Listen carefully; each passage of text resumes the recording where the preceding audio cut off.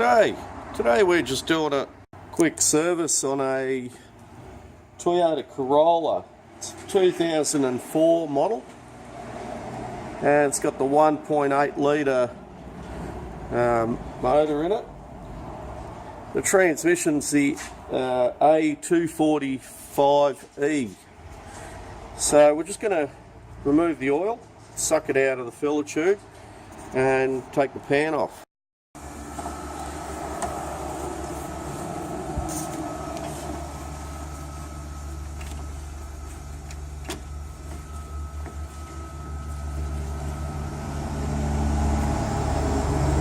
If you don't have a vacuum pump, you can just drain it out of that plug there, 14mm.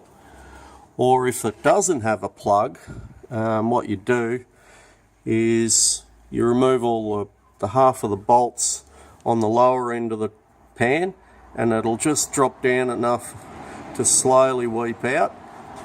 And then when it stops, you can start loosening the rest of the bolts, and it'll come down a little bit, and you drain it out that way. But you can see there's a bit of an engine oil leak there. Yeah, it looks like it's over here. Probably rear main seal.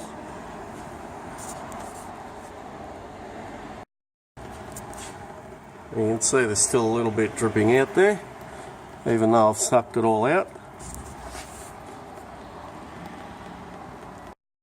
There you go. Hands off. You can see the solenoids there, and basically the filter. So 3 bolts on the filter, and you can either, these have a stainless steel mesh in them. You can flush them out, but what happens, the sucking action of the pump sometimes will make a split in the filter screen there, and it's hard to see that it's split because they're a shrouded filter. Now these filters they look very similar, but they're a little bit different. So you've got these ones here.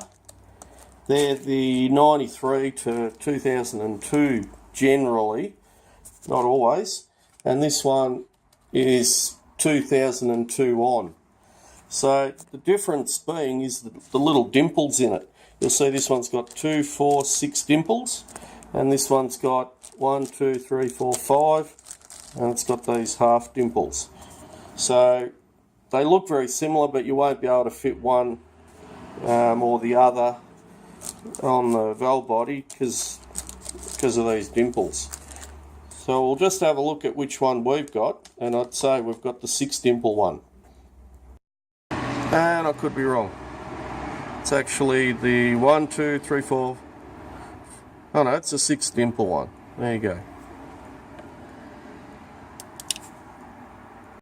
I'll just show you the pan gaskets. This one's off the early one, up to 2002, and you can see it's a much bigger pan gasket. So they look very similar, but if I line one side up here, you can see that it's much bigger than the late one. I'll put the late one on there and just show you. Just put the late one on over the top of it, and you can see this side's all lined up. So they're similar, but the early one's a lot bigger, late one's smaller. So just make sure that's right too when you're ordering. Just avoid delays in getting the right parts. Okay, there's the right pan gasket. And as per usual, I'm just going to put these magnets up on that little ridge there, just so, again, you get more surface area working. The underside of the magnet will work as well, instead of putting it just flat up against it. And this other one I'm going to put like that. So you can see that it can work a little bit underneath and a little bit on top. Okay, we can put the pan back on now. With the cork rubber gaskets, you just try and make sure that the pan rail there is completely dry. You don't have to put any glue or anything on there. It's just a good idea to just dry that as much as you can. The top side you'll be able to keep dry, the bottom side, because the oil's always weeping down, so you got to be pretty quick to put it on. But generally speaking, it shouldn't leak. Good idea what to do is just pull those plugs off and on a couple of times, just make sure the connection's not corroded or anything like that. Generally they're pretty good. And also you can just nip up all these bolts on the valve body before you put the filter on, of course. I've got the Toyota shop manual there, and it just shows you the location of those solenoids, the 3 at the rear and the 1 at the front, and you've got the inhibitor switches on the outside of the transmission, the one that's shown over here on the left. The SL solenoid, the shift solenoid, you can see 11 to 15 ohms at basically room temperature. And we've got the S1, same resistance in that one, 11 to 15. The S2 is the same. And here we've got the operation of all the solenoids in the different gears, which can help you pinpoint which solenoid's playing up. And the solenoid up there, up in here, you can see it, that's actually a linear solenoid, so a little bit harder to test, whereas these 3 are just on-off solenoids. So these ones you have to test by altering the amperage. These ones you can just click them on and off. I always test them at the lowest voltage. A car battery is considered flat at 10.4 volts, so good idea to test it at that. Just make sure it's going to operate properly when it's a high voltage. Before you tighten it up, that the pan's all the bolts are in and it's nice and loose.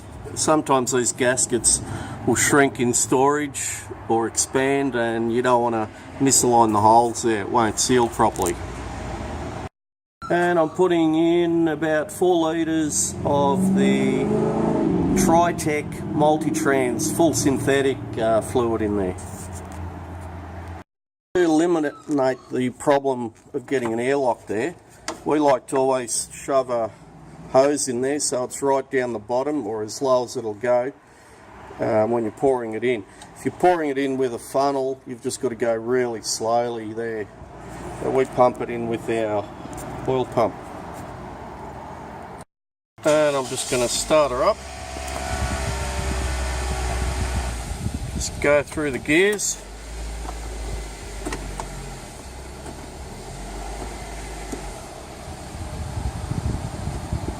All the way through.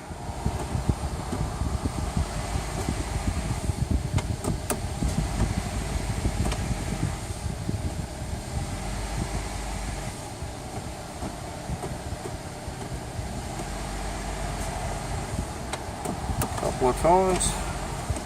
In neutral, handbrake on. We'll just check the oil level with the motor running. Now you can see the cold mark on the left side. If you can focus. And on the right side, those little notches, sorry you can't see it now, out of focus, that's the hot mark. So you can see how much the oil actually expands when it heats up. So we're in between the 2 marks on the cold, and I'm just going to take it for a run now. And just back from the test run, you can see it's just below the low hot mark. So I'm just going to add a little bit. And the transmission's on about 67 degrees. So we can actually put that oil mark closer to the middle. If it was on about 50, I would have put it on the lower end of that dipstick at the hot mark. Now one other little thing I'm going to do, you can see the accelerator cable there is quite loose. So she needs to press the accelerator that much before it starts accelerating. So we're just going to loosen this one and then loosen that one there, just so the outer cable goes that way a bit, and just tighten that up a little bit. They have a choke, an auto choke on there, so important not to over tighten it so that can work properly. But she'll feel a definite difference when she's driving it too. The power steering fluids actually like engine oil, so I'll just give her a buzz and see if she wants me to flush that out as well, change the oil in there. Everything else looks to be not too bad. I've actually gone right to the end of the thread there, and it's still fairly loose. It's a bit tighter though, definitely a bit tighter, but it could be that either that linkage in there is a bit worn or the cable's stretched. Trusty vacuum pump there and just suck out the fluid. That way when I disconnect these hoses, it won't leak out as much and make a big mess. So I'm just going to try and suck out as much as I can.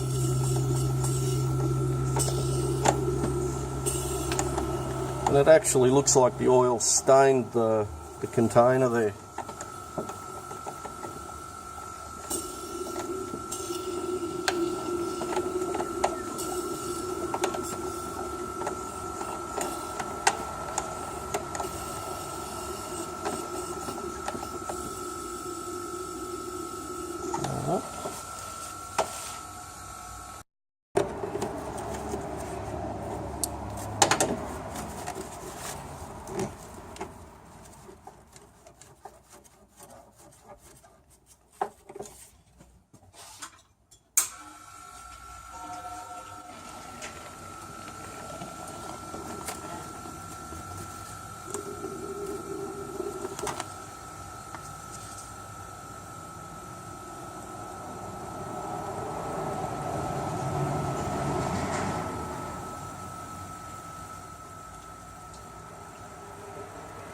I can just feel that sucking up the oil until I just feel more air being sucked up. There we go, you can hear it's sucking the air through there now. So there is going to still be a fair bit of oil in the nooks and crannies in there, but at least we've got most of it out.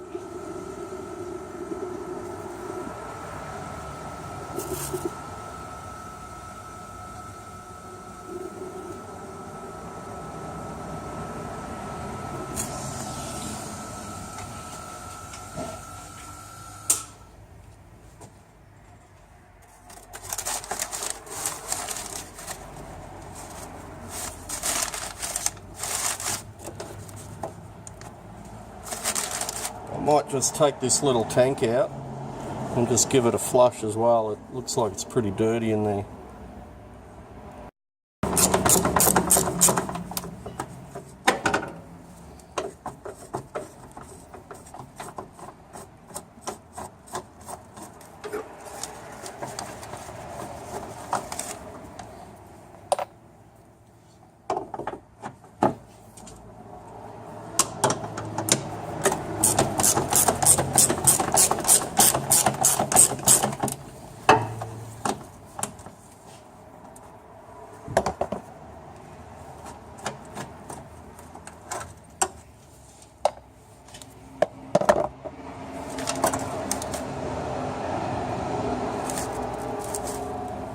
Pretty dirty in there.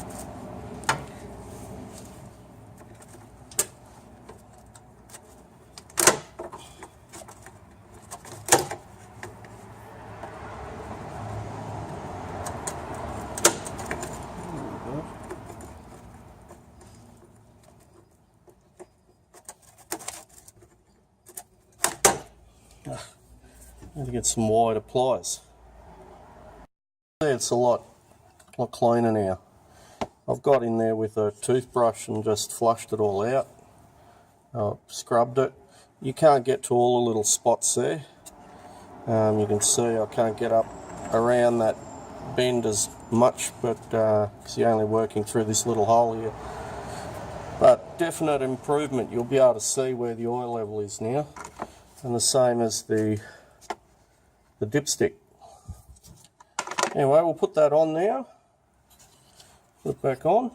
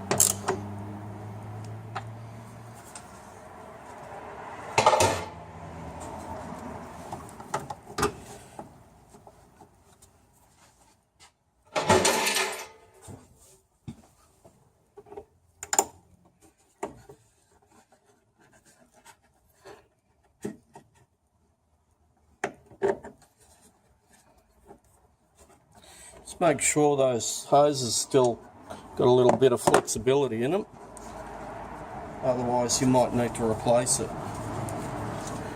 And I'm just going to put a new clamp on this one. Put it that way. Put it that way.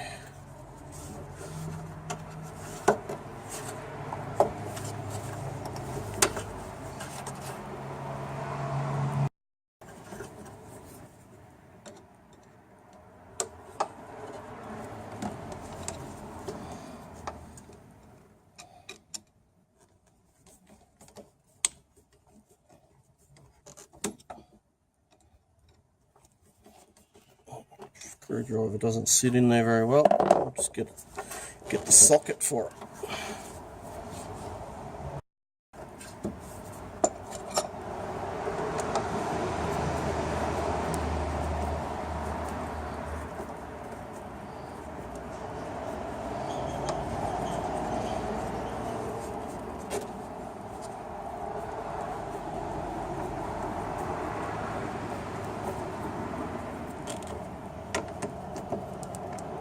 Try not to over tighten it because it's only plastic as well.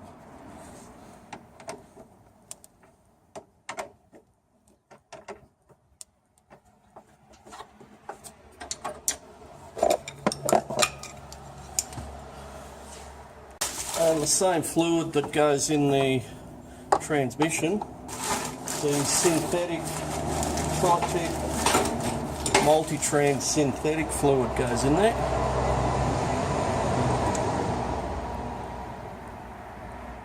You can see it's a clear fluid too.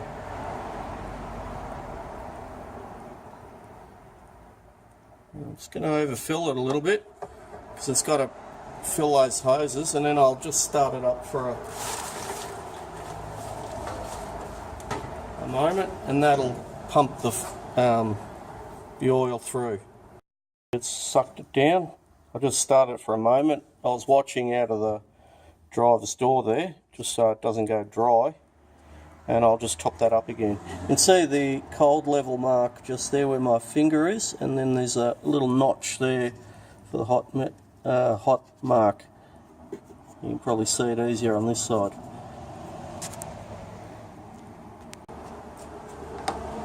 Just have to do this a few times just till it stops sucking that oil down. You don't seize the pump.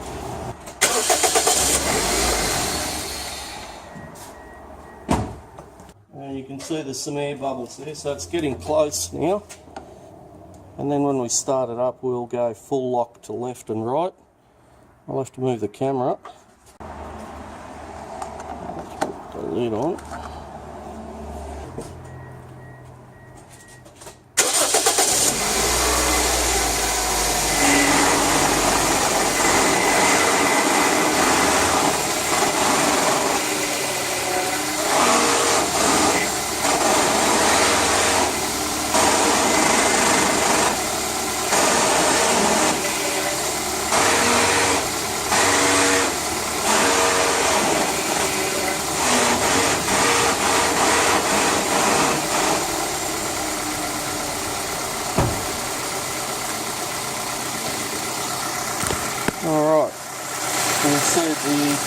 It's still got air bubbles in there, so after a little drive it'll possibly take that out.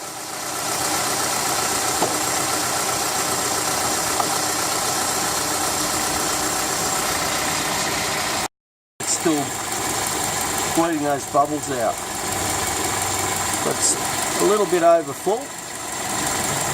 The oil's, I've taken it for a run, it's still not that hot. Power steering does take a little while to warm up, but that's the beauty of having a vacuum pump.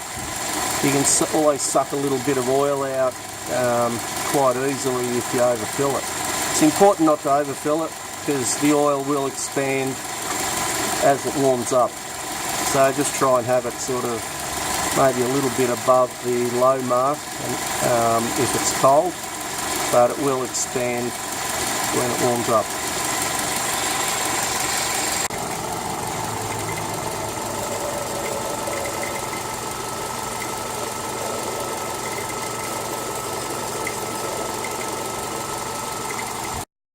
Just a little bit below, and you can see the air bubbles are actually nearly out of it now. With a bit of driving, those air bubbles will stop accumulating there. Still a little bit there, but not much. And there we go. Thank you for watching.